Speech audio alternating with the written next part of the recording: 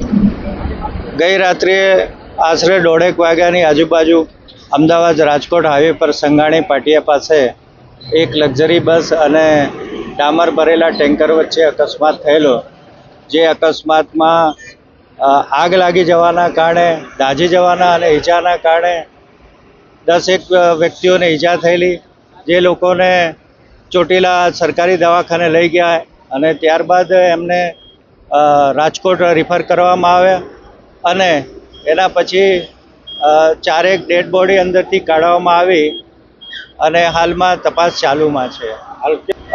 બસની અંદર આશરે 35 થી 40 વ્યક્તિઓ હશે એવું અનુમાન છે, જેમાં 10 વ્યક્તિઓ ઇન્જરી થયેલી અને 4 ડેડ બોડી મળી. બાકીનાઓને બચાવી લેવામાં આવ્યા અને તેઓને રવાના કરી. અકસ્માત થવાના કારણે ટેન્કરની પાછળ અથડાવાના કારણે આગ લાગી ગયેલી.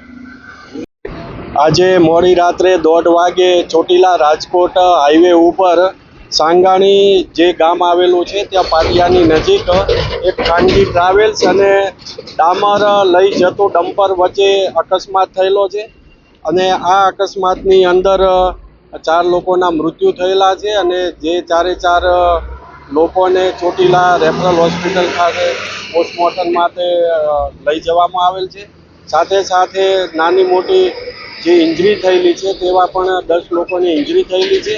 એ તમામને 108 દ્વારા રાજકોટ સિવિલ હોસ્પિટલ ખાતે ખસેડવામાં આવેલા છે અને તમામની સારવાર ચાલુ છે.